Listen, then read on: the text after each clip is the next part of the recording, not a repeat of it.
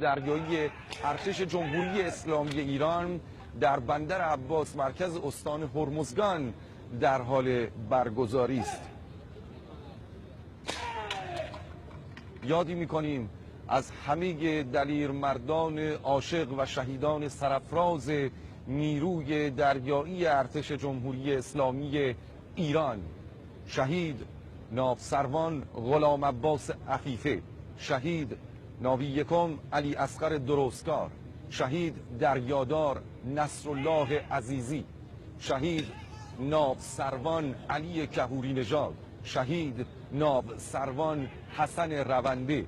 و شهید دریادار محمد ابراهیم همتی و شهید ناو سروان حمید قهرمانی و دهها شهید و صدها شهید سرافراز دیگر که در حراست و حفاظت و پاسداری از آبها و مرزهای دریایی کشور عزیزمان ایران عاشقانه بر قلب دشمن تاختند و این آرامش و امنیت را به همه ما هدیه دادند. یاد و خاطره همه شهیدان سرافراز را گرامی می‌داریم.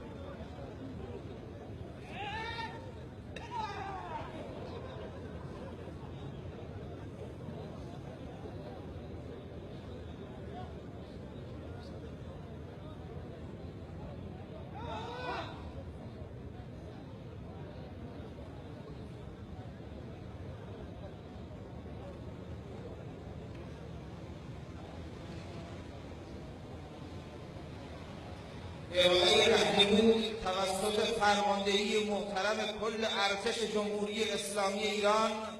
امیر سرلشکر صالحی